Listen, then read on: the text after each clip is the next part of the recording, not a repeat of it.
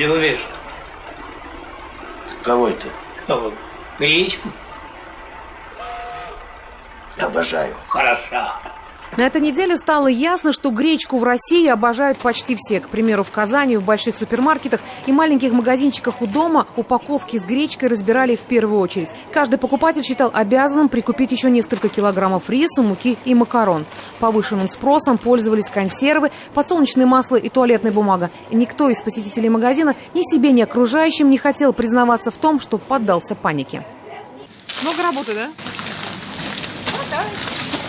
Люди пускай с ума сходят.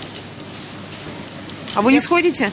А? А вы не сходите? Нет, я просто вот пришла. А зачем много набирать? Зачем? Я вчера сделала маленький, хватит. А маленькая это сколько? 3 макароны взяла, 2 крупы. Это не связано с коронавирусом, просто дома кончилось, и то мы по чуть-чуть взяли. Вы сегодня закупились прям прилично? А я уезжаю.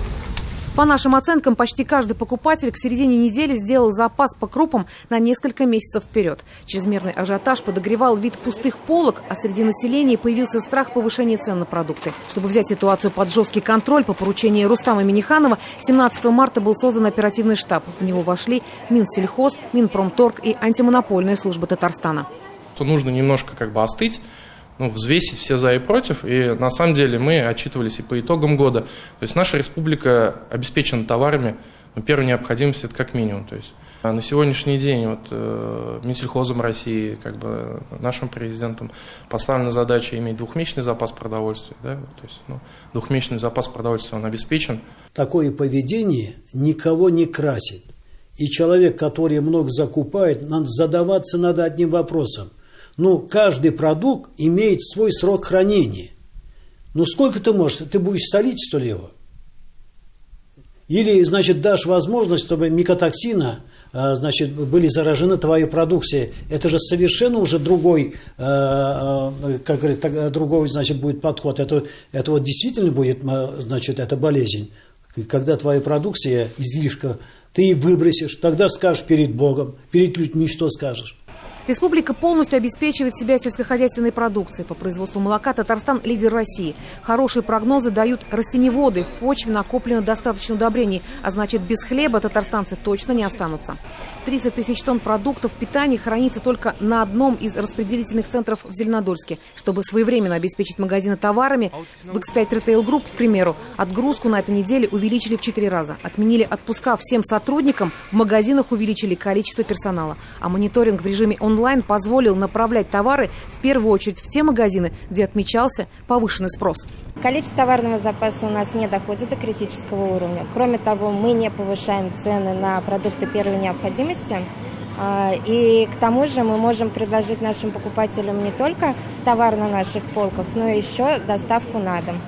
Цены на продукты не будут повышаться. Об этом в среду, 18 марта, удалось договориться оперативному штабу с владельцами торговых сетей. С начала недели татарстанские антимонопольщики выявили всего 2 попытки задрать цены.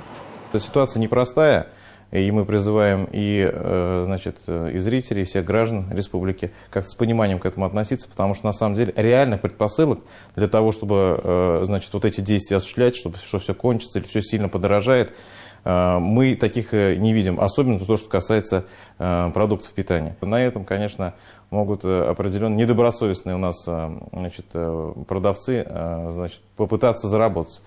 Но мы не позволим, конечно. Мы не позволим, мы не дадим. Это истерия, это такая индукция, заражение друг друга. Когда кто-то приходит и говорит, а где у нас гречка, как мы теперь будем жить. Не поддаваться панике советует и Алексей Козлов. Тревожная информация о заболеваемости коронавирусом, что поступает из-за рубежа, сделала свое дело, отмечает казанский психотерапевт. У него стало больше пациентов, страдающих паническими атаками. Самое главное – не реагировать на них. Неважно, как человек себя ведет. Мы спокойно стоим, у нас свои задачи, мы не обращаем внимания на таких людей.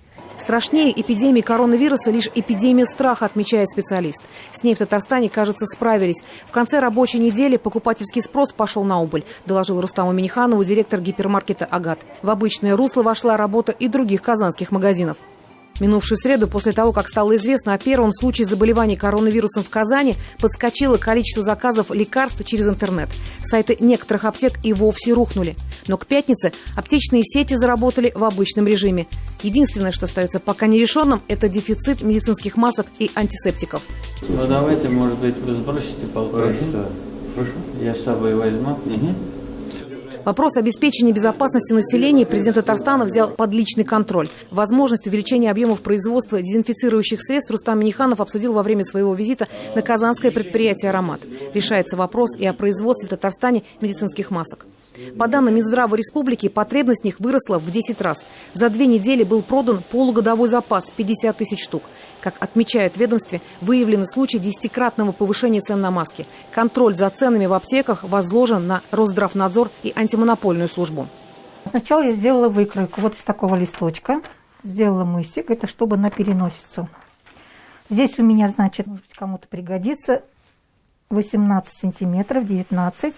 Здесь у меня идет вот с мысиком 23. Венера Шагабудинова не стала ждать милости от судьбы и в своем свадебном салоне открыла небольшой цех по пошиву медицинских масок. Как говорит женщина, свадебные аксессуары сейчас не пользуются спросом, а вот медицинские маски наоборот.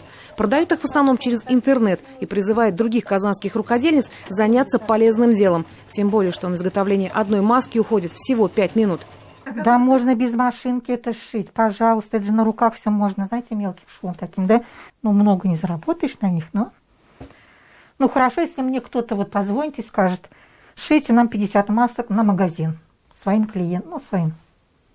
Пожалуйста, 50 масок в день можно шить спокойно.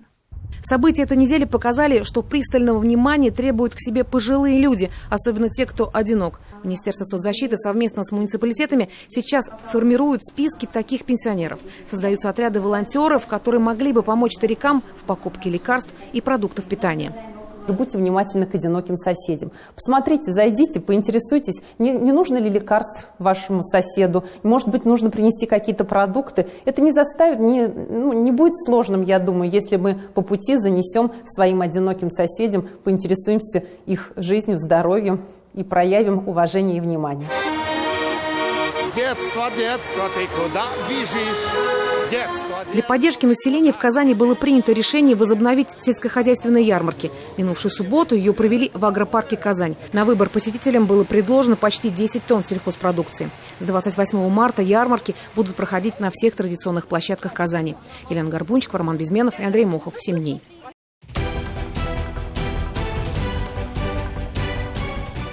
Все выпуски программы «7 дней» смотрите на YouTube-канале ТНВ.